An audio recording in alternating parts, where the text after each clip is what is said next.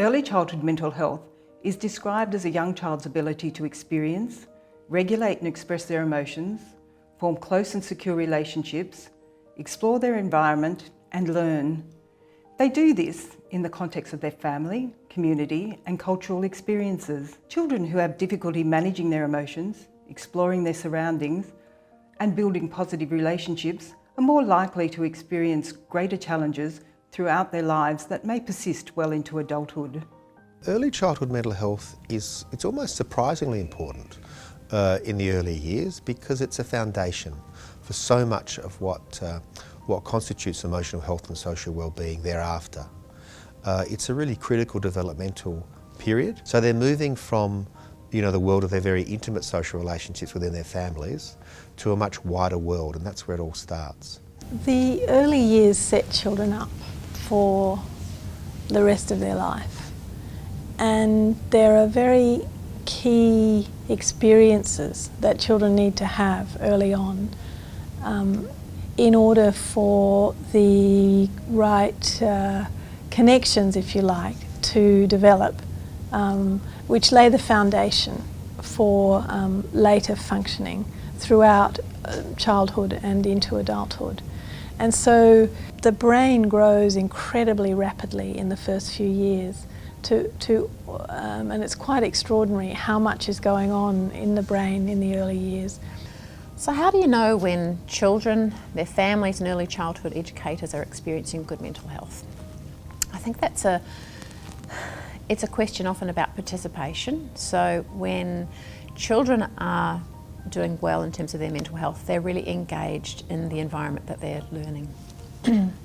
So they start the day and you notice that the child has actually got energy, they're connecting. They connect with other kids, they connect with teachers or the educators that they're interacting with. So, and then you also notice that through the day they manage the ups and downs of things. The early childhood years and having good mental health, it's a time when so many of the foundations of a child's life are being set down. So you want a child's early experiences socially, for example, to be ones where they can start to form friendships. They can work out how to resolve the challenges of sharing, of sharing friendships, of working together. Those early experiences are foundations for children being able to go on and make and form good friendships as they get older. They're learning about all the strong emotions they have within themselves, all the different emotions they have in themselves, the changing emotions they have within themselves. So they're starting to make connections between their feeling inside and the language they can use to describe that. And that process is a really critical process because it helps a child to understand in their mind and their brain what's happening inside in their emotional world. But those early experiences really lay foundations for a child's expectations about what life will be like and really start to foster their way of relating to people so that they actually they trust that teachers will look out for them and care for them and nurture their needs and show them the joys of the things happening around them. And I think those early years, those foundations are just really, really key for setting them up for what will happen in the next few steps. If we've got a good, safe, secure environment that provides challenge and interest to a child, we can see good mental health in the child by seeing that they are open to new things without becoming too overwhelmed, that they can calm down with some help. A 6-month-old baby needs a lot more help than an 18-month-old. They can use the support of relationships to help them calm down without becoming overwhelmed. So what that means is that anything we do in the early years that actually promotes any of the different facets of children's development is going to have lifelong implications for their positive development and growth, but also the absence of intervention is where you often see the foundations for problems. And the absence of intervention means that you're missing some fantastic opportunities. And when I talk with families, I always talk about the idea that if you get involved early, it's a time when you can quite easily shift children off a pathway where they maybe were heading down the pathway towards mental health difficulties.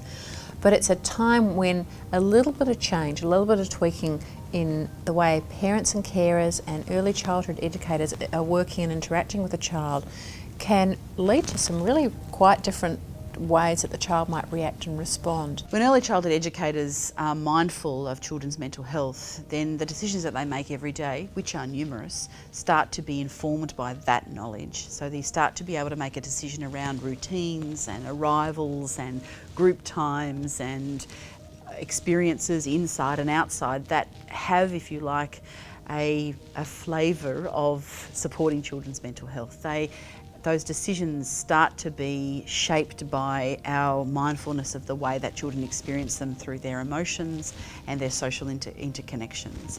And in all of those decisions, elements of belonging start to be manifest. And that means that it becomes very real for children, and it becomes something that they embed into their daily practice and their daily encounter of the life that they're leading.